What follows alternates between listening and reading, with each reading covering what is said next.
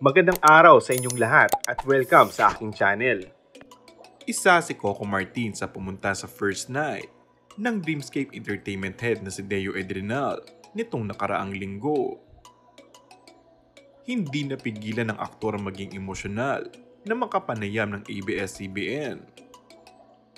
Ayon sa aktor, si Sir Deo raw ang isa sa unang naniwala sa kanya at nagbigay ng napakaraming proyekto. Malaki po talaga ang naitulong ni Sir Deo. Isa po talaga siya sa mga naunang naniwala sa akin at binigyan din po ako talaga ng break. Isa siya sa mga dahilan kung bakit po ako nandito ngayon. Dahil naniwala po siya sa akin.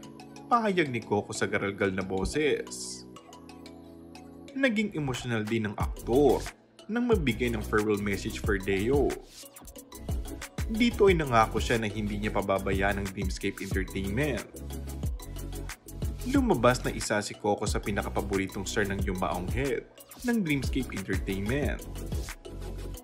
Si Deo kasi ang sumubaybay kay Coco Martin simula nang lumipat siya sa ABS-CBN at tumigil sa mga ginagawa niyang indie films. Matinding dago kumano sa karir ni Coco ang pagkawala ni Deo. Dagdag pa, kaya siya naging direktor, creative consultant, at gumagawa pa ng sarili niyang script dahil kay Deo Edrenal. And that's all for our today's video. Kung bago ka lang sa aking channel ay mag-subscribe at pindutin na rin ang notification bell. Maraming salamat!